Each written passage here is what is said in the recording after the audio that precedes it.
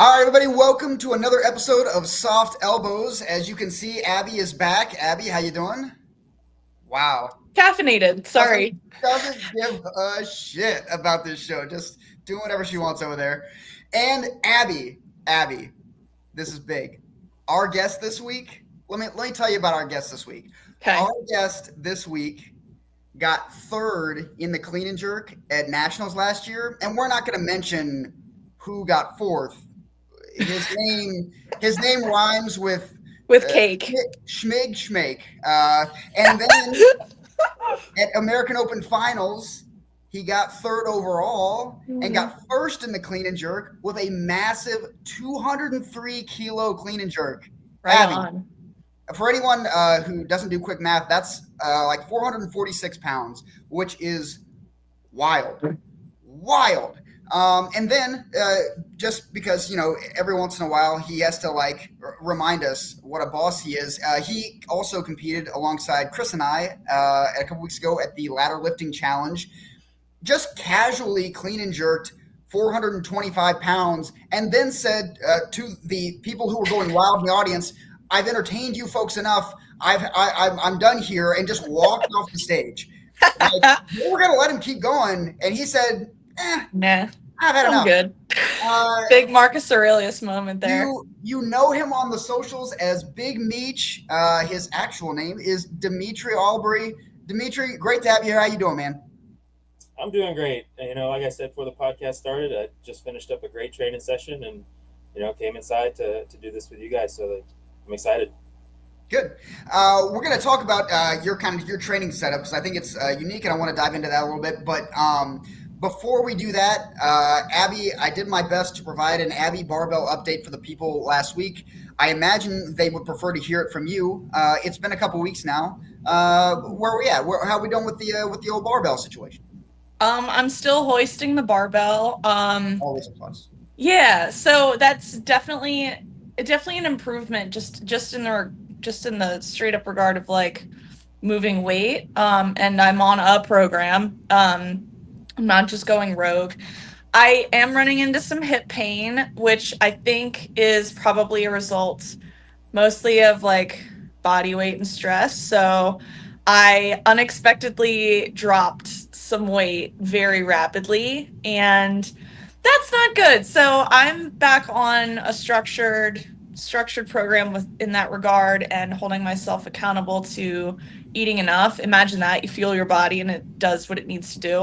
And I also had the realization today that as silly as Abby 69 would be, and as great for the plot that is, Abby 77 is probably the answer. I like what my body does when it's fed and when I am maybe a little bit heavier and I don't feel as terrible as I do right now, which, like, full disclosure, I woke up a little bit heavier this morning because I've actually been eating responsibly. Well, semi-responsibly. Let me rephrase. Semi-responsibly. I did have French fries yesterday. But I mean, I'm waking up under 69 every single day, like, no matter what. And I feel terrible. So I think that's pretty telling that I need to gain some weight. So my plan as of now is to survive the Arnold and be on a structured kind of weight gain plan. So, gaining weight while not eating utter nonsense and just winging it, being on an actual structure, I think is good for me. Um, and I don't remember if I talked about this the last time we had Abby Barbell update.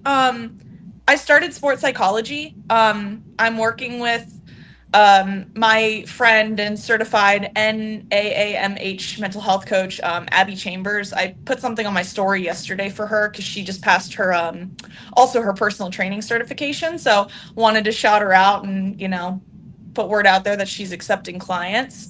And I think Steve agreed to have her on the show at some point in March. So I can't wait to. You say I agreed as if like I'm the gatekeeper of this show. This is Steve's world, and we're all just living in it. No, so I won't talk too much about her specifically, just because like I want to let her do that when we have her on. But I've had a few sessions with her now over FaceTime, and like she's made a world of difference for me so far, just with, I mean, like, I've got my handy notebook here, like, right in front of me, just on techniques I can do to kind of challenge intrusive thoughts, like during training sessions, and how to be in the zone, how to stay focused, all of that stuff. And I'm also finding too that, like, some of the other deeper issues that I have as an athlete, on like a coachability level, that I want to fix. I suck at taking feedback in front of people. Haven't noticed that at all. No, that's not something I've ever known about you. Anyway, continue. I'm sorry. No, please. The reason this all came about was, I've talked pretty vocally about like work and how I started a new job and stuff, and I'm training with higher ups at work, and like when it's one-on-one, like I do great, like I can handle criticism and I can make adjustments and I feel good about my progress. Weightlifting, I'm not there. Like, I'm having a horrible time making any progress.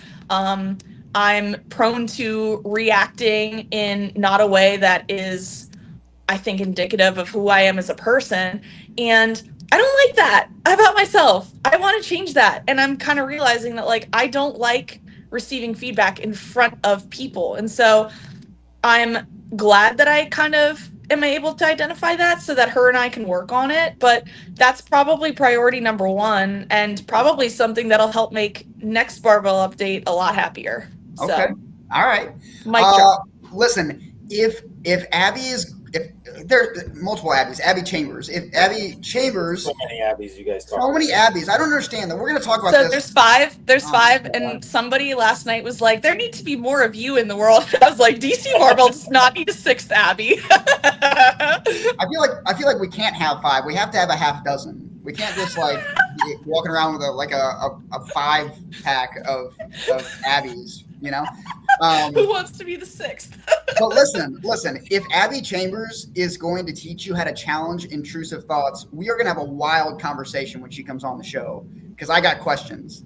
I got a lot of intrusive thoughts. I got a lot of things that need to be challenged. We're going to just do like a live therapy session on the show. She'll do that. Wonderful. She'll do that for free, right? She's not gonna like charge me $100 or. I'll front the bill for you. Don't worry. Thank you so much. I feel comfortable speaking for all of our dozens of fans when I say that we very much want you to be as we want you to be as strong as you possibly can be, and we want you to feel as good as you possibly can. So go up to 77. Go up to Dimitri. What weight class you in? The biggest one. The biggest one. Go up to the biggest one, Abby. Like, show Dimitri how it's done. All right, like whatever it takes. Change my Instagram handle to Big Abby Lift Weights. That's right. That's right. I think my left leg might weigh 77 kilos. Then I'm in good company. All right, so we will stay tuned for next episode's Abby Barbell update. In the meantime, Abby, we're grateful to have you back on the show for many reasons, but one of them is that when you're not on the show, I don't remember to give updates that I'm supposed to give. So last time I was supposed to give the big reveal about when 2025 WSO championships are going to be held. And I was left to my own devices and I forgot. So we're 2 weeks behind. Don't worry, you can't sign up yet, but we'll give you plenty of time. But they're sanctioned. They are sanctioned. So the big announcement that is 2 weeks late is that WSO championships in 2025 are going to be held September 20th and 21st. We liked that time slot last year. We think it's a good time slot for everybody. We're going to do it again this year. Where will it be held? I don't know. That'll be up to you all, frankly, because very shortly we're going to send out bid packets.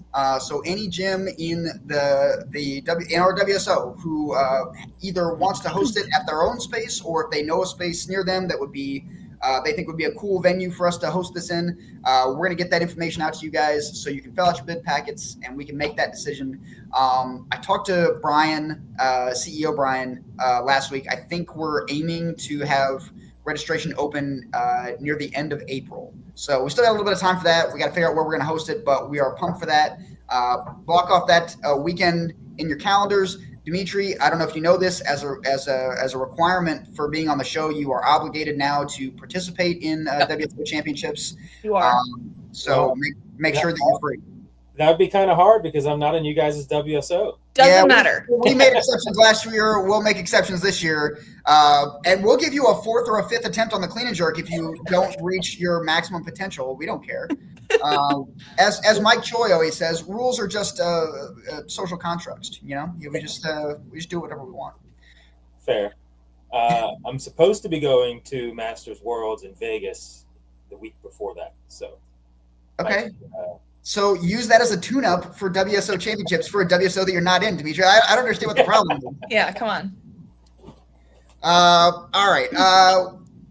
Abby, any other announcements that I missed or that have happened since the last show? Yeah, just as far as upcoming meets go, we obviously have the Arnold soon. Steve and I are going to be doing an Arnold preview closer to the Arnold, so we won't talk about the Arnold yet, but it is coming up. Also, I think there's a new barbell club out in Winchester, Virginia that I thought was pretty cool. These folks have been around for a minute under a different team name, I think, or they're just unattached. But like they've been at a bunch of local meets and they do a really nice job. 351 Barbell Club out in Winchester. Their space looks beautiful. I think they have a clinic the same weekend as the Arnold. So if you're not going to the Arnold, maybe hit them up and go throw down with them at their clinic in their beautiful new space. April we have East Coast Gold Spring Fling. And April 12th, that is, yeah. Yes. Mach 10 barbell out in Silver Spring. Is that at Gaithersburg, Silver Spring? Yep. They are having a meet, I think, end of March as well, or beginning of April. It's one of those two. And then we, of course, have Cap City open at the end of April that I will be in attendance for. I won't be lifting at, but I'll be there. April 28th. Cap City is April 28th. Yes. It's always a fun meet. Yes, it is. When is your next meet, Dimitri? You doing AO1? I'm doing the Arnold. Doing the Arnold, okay. And then I'm going to Masters Nationals in Boise at the end of March. Okay. Nice. All right. Why didn't I know that you were a master? I'm not really. I'm in that 30 to 34 group. Okay, I gotcha. You're in the pre-master era. Yeah, I coach a couple masters and they're going. So if I'm going, you might as well. Yeah, I love that. Sure. Why not embarrass everyone else in the field? Exactly. Sure, yeah. If you're going to be there, you might as well put your talent to good use. No, yeah. It's the same thing with Worlds. I mean, they're trying to grow the category, so I'll lift there too. Nice, I love it.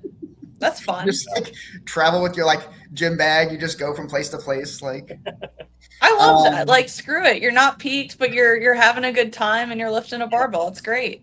That's right. I'm definitely going to be in rest mode after the Arnold, so Nice. We'll do what we can do. Okay. I think our WSO championships are the 12th and 13th of April, so I'll go there as well. Yeah, they are. That's right. Where are you guys hosting that at? I think it's in Pittsburgh. I don't know. It is. Maybe Tom Doer's doing it. I'm not sure. I think it's Pittsburgh Barbell Club. So I think he's Pittsburgh Fitness Project and they're Pittsburgh Barbell. Right. Okay. Yeah. I didn't know which one. It was one of the Pittsburgh clubs, and they're the only two big ones I know. Yeah. All right, Abby, we want to talk polls. Yeah. Okay. I have beef with everybody that follows our page and participates in the polls. Everyone. Yeah, everyone. Okay, sure. Yeah. So let's make everyone mad. That's good. That's good for me. Yeah. Okay. No, I'm allowed to be upset about this one. So a few weeks ago, I was talking to a friend of mine about hypocrisy within weightlifting, and where we're going with this. I don't know. Ironically, it was more so an introspection type of conversation, but and it made me, and then Susie posted something about how she has this weightlifting ick, but she's also guilty of it as well. And it got me really thinking about all of this. And so I posted this poll asking people, what's your ick that you're also guilty of? And some people, I'm not going to name names, were just straight up denying that they ever have done anything wrong ever. And they are so firm in their weightlifting icks that they would never. And it's just bullshit. And then I've got people that are just, they took it, they read what's your weightlifting ick, and they went off. And they were just so mean and hateful and bullying. And I was just, and just so quickly they ignored the mean responses, go to gulag, and this was their opportunity to shine and to be mean and to tell everyone about what they hate about everybody. And they just failed to read the rest of the sentence that said that you're also guilty of. And I think I reposted maybe one or two, and I was like, no, you're all cut off. You're done. You're done. We're done with this. All right. Well, since you didn't post many of what appear to be the most entertaining ones, let's do what they did and remove the second part of that sentence. And now I want you to give me the best responses that you got that are just purely icks that may or may not also be perpetrated by the icker. I don't know. No, icky would be the icky, right? If you're the one having to like absorb the ick. Yeah. Okay, well, my ick is like people that think they're better than everyone else. Like there were a few that I got that were like, I think less of lifters that wear knee sleeves. And I was just like, get the F out of here. Like, go away. I wear knee sleeves. I wear a belt. You're not going to directly attack anybody in my circle or me with this poll. Get out. I love how triggered you got by your own poll. Abby, by my own poll. You were in control here.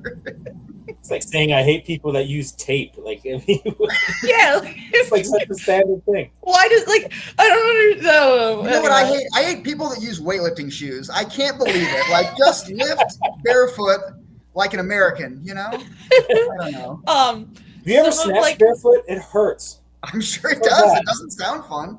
It's funny too, like because I'm also semi turning into a rage bait page sometimes, the way that like I'll repost things and people get so upset about like the cleans with straps. Like I'm so firmly in the middle on this one because like I could never physically clean with straps, but like there's one side of the spectrum that is just like so pro cleans with straps that like they want to make people upset, and then the other side is like, you're gonna kill yourself if you do that. And like that there were a lot of icks that were in response to those like rage bait reposts.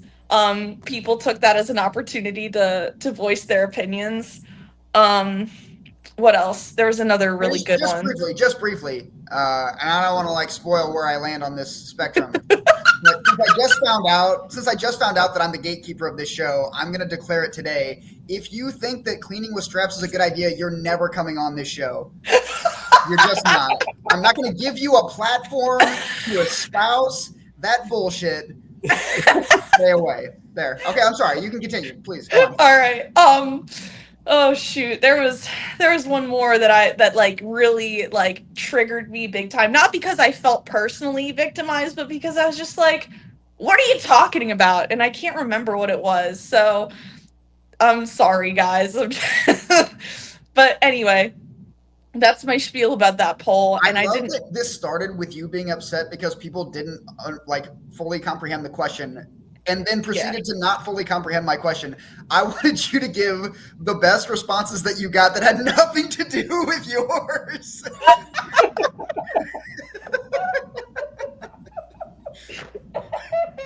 Would you care to answer the question? No, Your Honor. Okay, all right, we'll move on. Sorry. Woo. Anyway, all right. I didn't do a poll this week. I've been slacking. Sorry, guys. I'll think of something good for next week. All right. Dimitri, do you have any weightlifting icks? Or do you clean with straps? Are we going to have to kick you off the show right now? I have cleaned with straps. Oh, my God. It's hard. It's tough. I don't have the mobility, but that was why I was using them, you know. Is it a matter of, even if you had the mobility, explain to me the utility here. Oh, if I had the mobility and there was zero risk, I'd clean a lot with straps. Oh, sorry. I'm sorry. You brushed over the important part. And there was zero risk. Explain to the people the risk in doing this. Well, if your technique is not refined and you are cleaning with straps, you have a high risk of injury because you don't know. I mean, you're kind of stuck to the bar, and bailing is pretty tough. So if your mobility is lacking and your technique is lacking, I think cleaning with straps could be pretty risky. Yeah, that's kind of what keeps me from doing it. Especially if you're going kind of heavy. Like if you're handling weights that like are no-brainers, you know, easy things that you're going to do all the time, and you're using the straps to challenge your mobility, which is what I was doing, then I think it's a good idea. Okay. So just out of curiosity for the two of you, have either of you ever been lifting a moderate percentage weight, a weight that you feel confident that you don't have to put much thought into, that you can make every single time, and yet have there been times when you have in fact missed that weight for one reason or another? Oh, hell yeah. Dimitri? I can't. It's like thinking of the clean with strap situation. No. I'm any lift. Just in general. Oh, yeah. There's been times. There's been times. Like, and so I guess this is where what I'm getting at is like, your technique can be as good as you want it to be. Like, everybody misses sub maximal weights sometimes because their mind wanders, because they get briefly distracted while they're starting to lift, because they didn't eat right that day or sleep right the night before. And when you use straps, you're kind of locked in unless you can bail relatively easily. The clean doesn't allow for that. And so I just don't understand the risk reward spectrum here. Sure. You're talking about the 1 out of 100 chance. So like 99% of the time you're going to make this weight. So we can say that the risk is very low. Right. But your point is, if I heard you correctly, if your technique is good, and I guess we would need to define what good enough is to be using straps with cleans, and your mobility is good, and I guess we would also have to define what that means too. And if I heard you correctly, and you're using, lighter-ish weights, moderate-ish weights, then it is acceptable and I guess helpful. But my point is, like, for one reason or another, like, even the best lifters, the lifters that lift the most, they miss sub-maximal weights.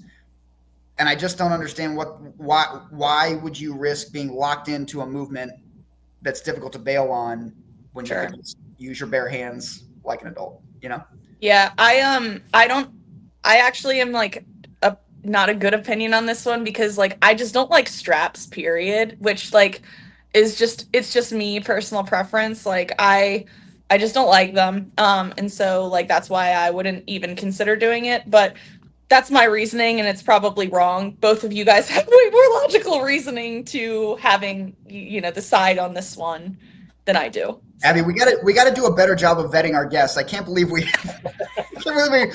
like sleptwalked our way into this conversation. I'll take the blame on that one. That one's on me. Sorry. One questionnaire for all of our future guests. How do you feel about cleaning with straps? And the gatekeeper has spoken. Say you're trying to like practice keeping a whole hand on the bar, and you have the mobility to full rack, whole hand front rack, when you're standing. Yeah. That's the reason to use the straps. Is it? I don't know that that's going to make you do it once you remove the straps. It will train the motor pattern in that way. So like you're not releasing the hand when you're turning over the clean. That's actually an interesting question. Let me ask you this, because I wonder this about snatching with straps. Do you feel like that your bar path is the same when you snatch with straps and when you don't? I feel like it. Do you really? Okay, that's it's a totally different experience for me. When I've tried to, even when I do like panda pulls or snatch high pulls with straps, the bar path, the movement feels different. It feels like it's a different slot than it does when I'm not using straps. But if it feels the same for you, then I guess this would apply. I guess my point. I have a follow-up question for you, actually, Steve, because I think you bring up a good point. So I have another friend who she put out a poll on her story sometime last year, and she was like, when you pull with straps, do you hook grip or not? And I wonder if, if you're not hook gripping with straps, if that's going to affect it, and that's why it feels different. And like, I don't know. Again, I hate straps, and so when I use them, like, I don't hook because I'm already like trying to get into the straps. But I wonder if like it would make a difference, or if it would feel more similar, like Meech is talking about, if we hooked with our straps. Maybe I don't hook grip. I don't hook grip with straps because it seems redundant. Like that's the fair. point of the straps is that you don't have to do that. But all right, well, F me then. No. I mean, I don't know the answer to your question because I've not tried that. That's fair. Yeah. I don't know if it's possible for me to actually hook grip with a strap because of the way the strap goes around. Well, my now you hand. have homework. I would try it, but I definitely don't coach people to do that either. Yeah, That's fair. And I'm the same way. So anyway, I'm glad we all came to agree with me that cleaning with straps is stupid, and we can move on to the next topic now. This was very informative for everyone. Thank you so much. Well, now I'm really curious about Meech, your background with the sport and everything. So, Steve, if you want to just proceed with the interview, I have like questions in my head. Sure. So go ahead. No, I think Abby just asked the first one. Dimitri, explain to us kind of your athletic background. Yeah. So I basically had no athletic background prior to getting into the gym. How did you get into the gym then? Didn't really play any sports, didn't do anything. Originally, my friends got me into the gym to try to lose weight, stuff like that. Well, that didn't work. But I think I started lifting when I was 19. I'm 33 now, so it's been a while. I did not find weightlifting till I was about 25. So the first few years was just growing out in the gym, kind of learning how to squat, do all the big lifts, things like that. Got into powerlifting for a little bit, did that for like 1 or 2 years, did 2 meets, and then my friend introduced me to weightlifting in March of 2016, and I've never looked back. Okay. So first time I started doing snatches was coming up on 9 years now. Nice. I don't know how to ask this question delicately. Like, you're coach. You've been a coach for how many years now? Almost since I started. So like that was kind of like hand in hand. I started lifting, got my, I got back when Alico was doing their strength certifications. I got one of them, and then I actually didn't get my L1 till L1 and L2. I did like back-to-back weekends in like 2018 or something. Oh, that's cool. So I've been coaching on and off since then. Recently been really serious about coaching, been maintaining, 7 to 8 person team because I have a full-time job otherwise. So I'm not going all in on weightlifting coaching. But basically from when I entered weightlifting, I tried to be a student of the game and learn about how to perform the lifts, how to coach them. And it really increased my understanding of how to teach myself how to lift. That's really cool. For the first couple of years, I was self-coached, just me and my buddy fumbling around and trying to coach each other through the lifts in a way. And we were not very good and then I just kind of hit a stride and things got really good. Then I got in touch with Travis Cooper, and he's been my coach ever since. Was there, I mean, you said you kind of just fumbled around for a while and then hit your stride. Was there something like a I don't know, like an epiphany moment, or like was there some thing that happened that kind of brought you toward like the path that you're on now, or was it just kind of like reps that it finally clicked? Yeah, well, what I mean by that was in the lifts themselves. Okay. So I had no front rack basically for the first like year and a half of lifting. I would clean and jerk like 120 with it floating, and like I couldn't get it to touch, and it was just bad. But once I got the mobility of that position, it just completely unlocked my clean, and then everything just kind of fell into place after there. Okay. I've been rolling ever since. And my understanding is that you train maybe not entirely, but almost exclusively in a shed, like out back. Is that right? By yourself? In a fancy shed, basically. So I've been from. Sorry, I didn't mean to like speak ill of your shed. We call it the shed. No, that's fine. It was a running joke before I even got in the shed that we trained in the wood shed basically, and then at some point we actually built the shed and that's amazing. Do you train alone mostly, or do you train with other folks in the shed? My athletes come over once or twice a week and train, but I'd say 50% of my training is completely alone. So Steve, total missed opportunity for us to do an MTV style cribs tour of the shed. For the record, not too late. Walk that camera over there. I don't care. So I've done it both ways. I think all three of us have been lifting for a long time. I don't know, Abby, if you've ever done an extended period of training by yourself. But I used to do it for years. I trained almost exclusively by myself, and it is tough. I'm sure it will be tough in any individual sport, but I feel like particularly with weightlifting, where there's literally like weighted objects working against you at all times, and to do that by yourself over and over and over again, I found to be very, very challenging, and it made me better in some ways, but it also was just really tough. Dimitri, I'm curious what your experience has been.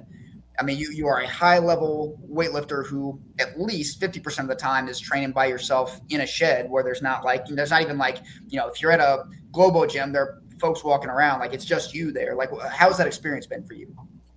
It's tough sometimes, especially when you're in the mindset, and then we all go there. I don't really feel like training today. Right. When those days happen and it syncs up with a night that I'm alone, it's really tough. And you kind of have to get a good kick in the ass to get out there and go lift. You've had a long day at work or whatever, you don't get home until 6, 7 o'clock at night.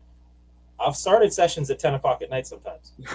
It's terrible. I'll be taking 180 kilo clean and jerks at, after midnight. It sucks. That's scary. But, do what you got to do. If you want it that bad, you will do it.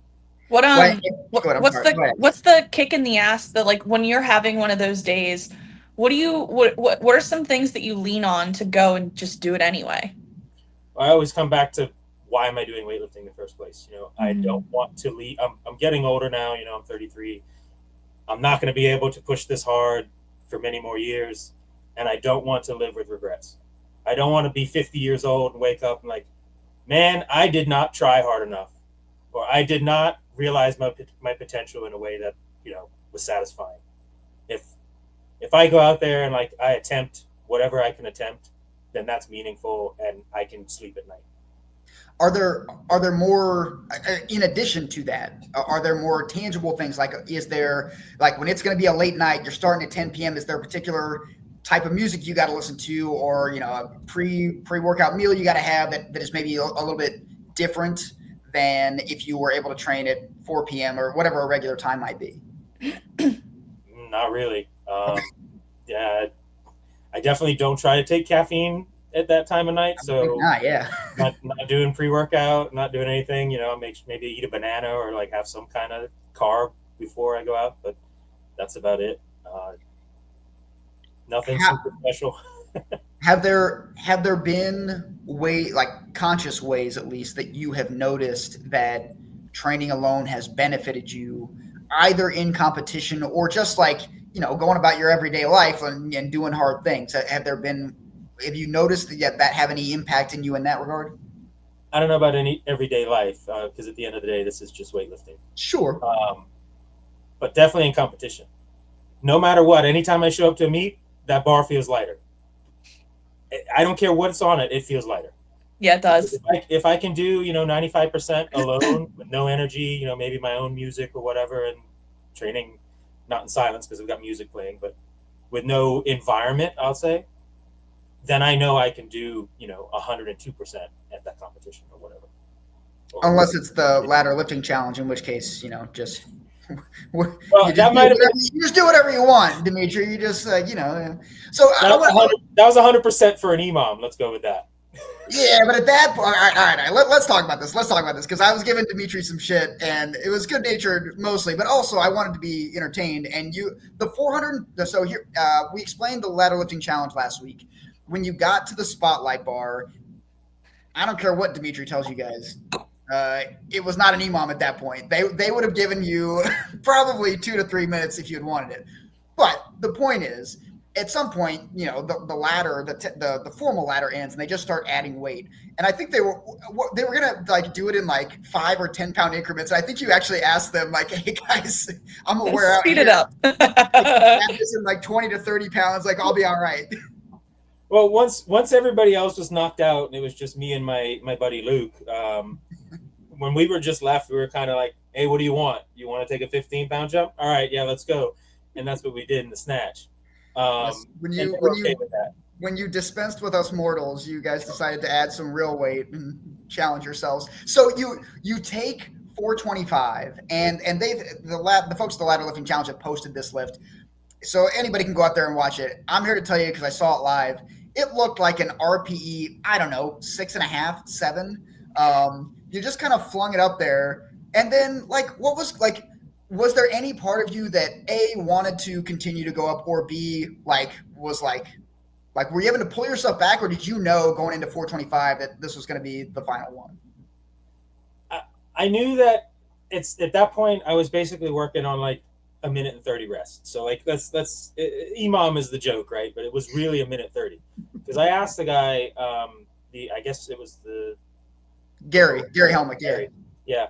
I was like, I kind of want to stay true to the spirit of competition and like take this on like the timed rest. I don't want to go 2, 3, 4 minutes and make you guys wait. So I think it ended up being like 4 20-second clocks in between when I took 185 and 193 or whatever. So 405 and 425. Let's stick with pounds, I guess. Once I did the 425, I was like kind of gassed. If I got 3 to 4 minutes rest, I could have done another one. But I think that it was too risky to try to keep the rest the same and go up, and that's really what I was trying to. So you're telling me that I've been giving you all this shit, and this whole time it's just because you're an honorable human being who wanted to like stay true to the spirit of the event. I love that. Abby, we got to do a better job. He's making me look terrible here. We got to do a better job of vetting these folks. This is not great. This was your idea. I went along with it. I really did this to myself. Right. Let me hold on. Let me be clear with that comment. I love you, and I'm glad you're on here. This wasn't like Steve like holding me at gunpoint. Like, you will have him on the show. This I feel like this is a good segue to the next topic that I wanted to discuss, which is how great does it feel to be so much thoroughly better at weightlifting than Big Jake?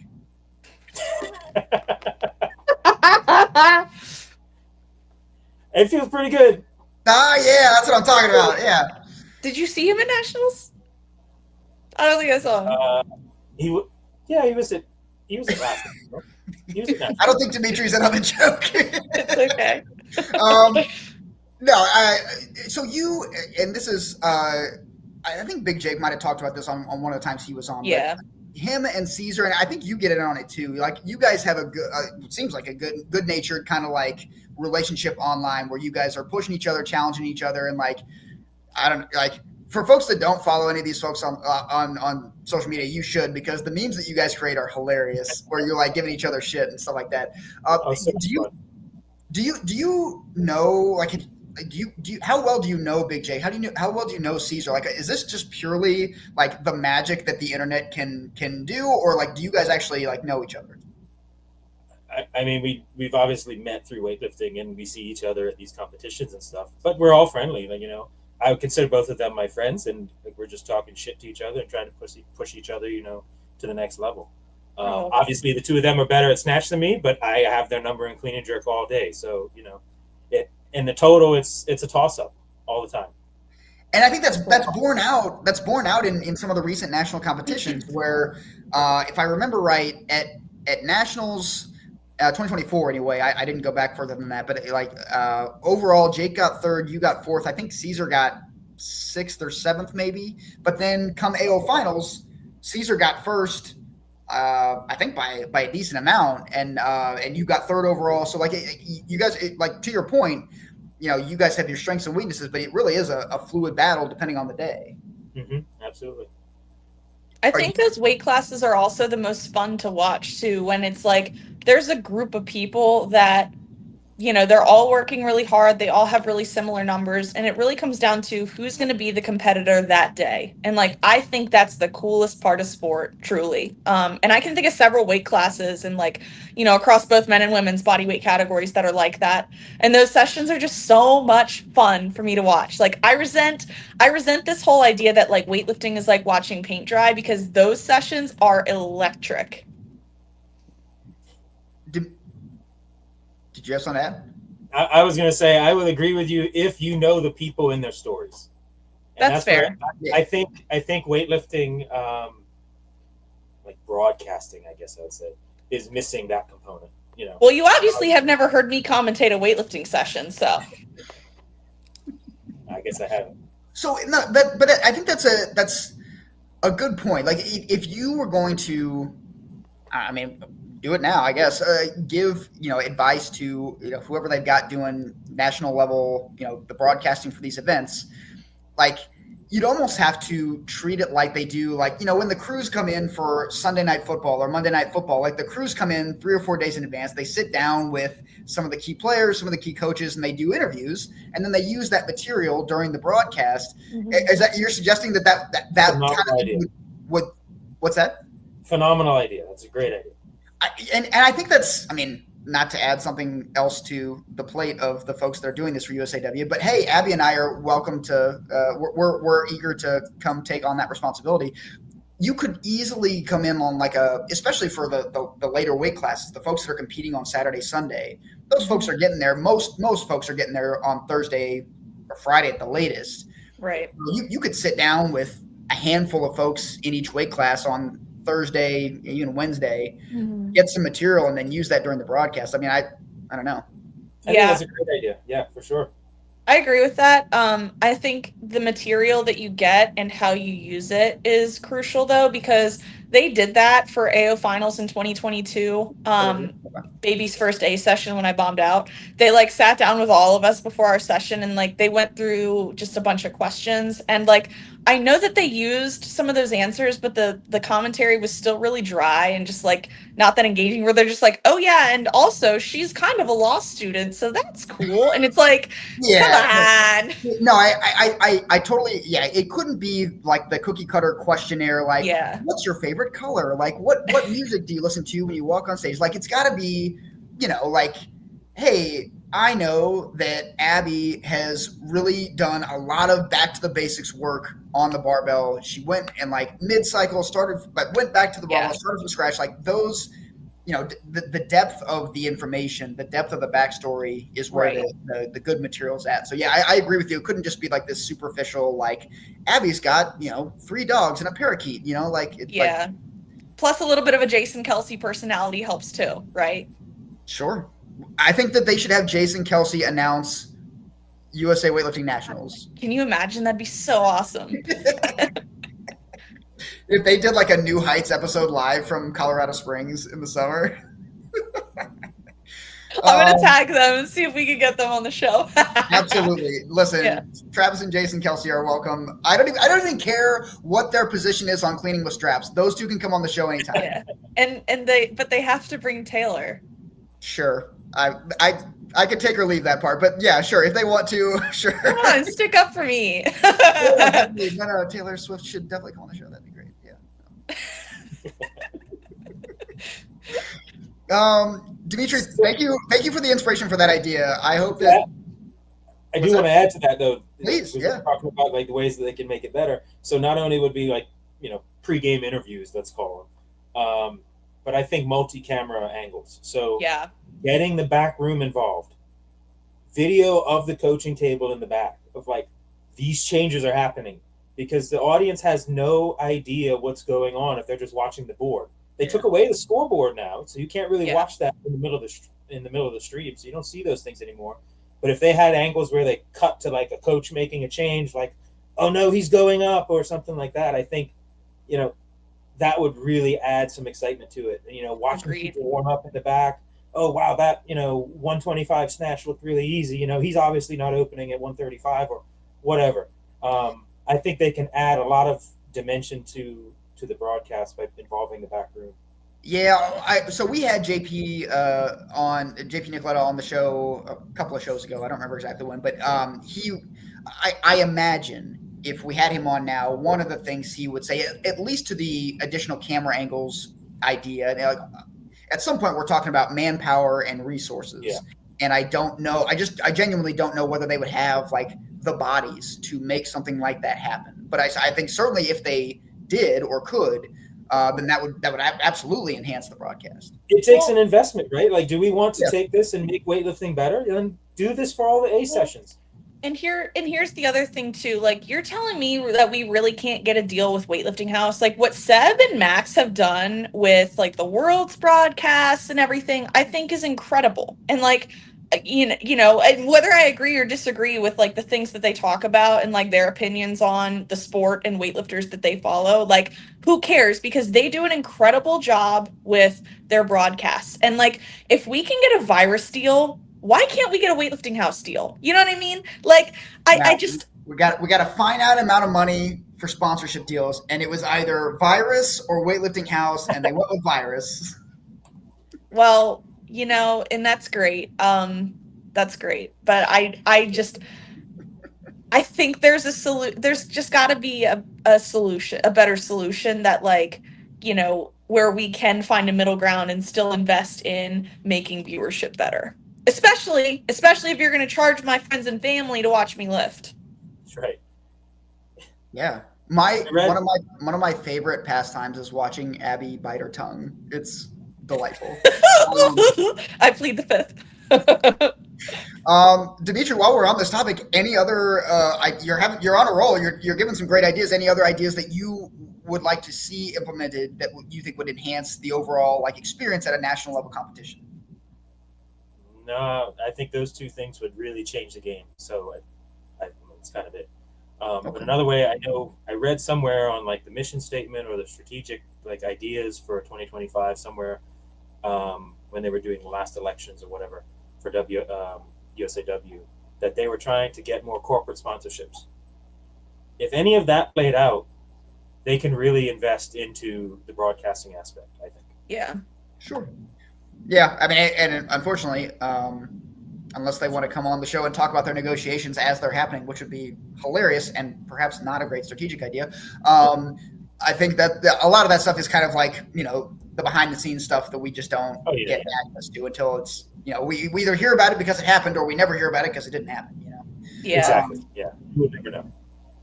But, okay. All right. Dimitri, I think we would be remiss if we didn't address the elephant in the room, which is this topic. Why are you afraid to cut down several weight classes and compete head-to-head with Chris Cabaneras?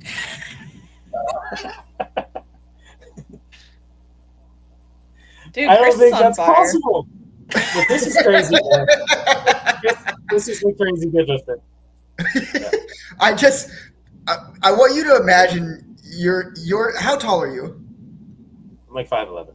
5'11". So I want you to imagine being 5'11" and weighing somewhere around 60 kilos. No. He said his left leg weighs 77, Steve. No, listen, I've seen. That's 100 kilos. That's a 100 kilo cut. What? That's insanity. All right. So what would be a good middle ground? We could have Chris gain some weight. We could have you. Where's the middle? Where are we meeting in the middle here? Sinclair. But this is the problem. If you cut, so if there's a 100 kilo gap between the two of you now, and you cut 50 kilos, you'd still be in the heaviest weight class. So we still got to have Chris gain a lot of weight. Yeah. Yeah, he needs to gain 50. I'll lose 50 and meet in the middle at 110. That's a lot. That's a lot of bagged salmon for Chris to eat. That is, yeah. He's really gonna need a sponsorship if he's gonna. God, start making butter and ice cream shakes. Have you? Have you seen the stuff that Chris eats? I love. My favorite part of these shows is when we rag on people who aren't here to defend themselves. Respectfully, he eats straight up dog food. He doesn't eat dog food. No, listen. If it clearly it works because he is an incredibly talented weightlifter and is super strong. He just this past weekend squatted 200 kilos, which I saw is insane. It didn't even look hard. He's in the middle of a cut and he just is out here squatting 200 kilos, but he eats these salmon packets, just he doesn't mix it with anything. It's not part of the meal. It's just bon appetit. The thing he pulls out of his bag, and do you have anything like that? An odd thing that you just are that you love and that really does it for you? No, nothing comes to mind. But I have eaten those salmon packets before too. Give us a review. Not randomly, before training or during training or something. That's heinous. No way. But yeah, those two. Don't sleep on the tuna. The Starkist tuna pouches. Those things are great. Some crackers. That's great. With some yes, I agree. Yeah. If you're going to combine them with something else, they are a tolerable thing to eat. I can't think of anything that's outlandish, or at least to me it's not outlandish, so it's not coming to the front of my mind. This is where we need like pull someone in who's like close to you, and we'll give them the headset real quick so we can get some like. I agree with you. There probably isn't anything that you think is weird. If you thought it was weird, you probably wouldn't do it. But like, what would your like friends say? Like, I can't believe Dimitri like insists on wearing his shirts inside out, or like whatever. Like, I don't know. Steve, do you have anything that interesting like that? Do you have anything like that? No. I don't. I'm not guilty of any of the weightlifting icks that I have. Oh, right. Sorry. I'm one of those people. I can do no wrong. I don't know if you guys are aware. Well, my coworkers think it's weird the amount of ground bison that I eat, so that's mine, I suppose. But again, you're not just eating the ground bison, right? Like you're not just like pulling it out of a Ziploc bag and like. It's not in a Ziploc bag, but it is in a plastic container. Yeah, but that's normal. And I know somebody who eats canned chicken. All right. So that's fine. Here's the thing that I will do before I train, especially on heavy days, that for years people have told me is not good, or at least not appetizing. I will just get, like at the grocery store, they'll have those like that bag of 6 bagels from like whatever, like random brand. Yeah. I will just eat one of those bagels, just that. I won't just straight up bagel. I won't put it in the toaster. I don't put anything on it.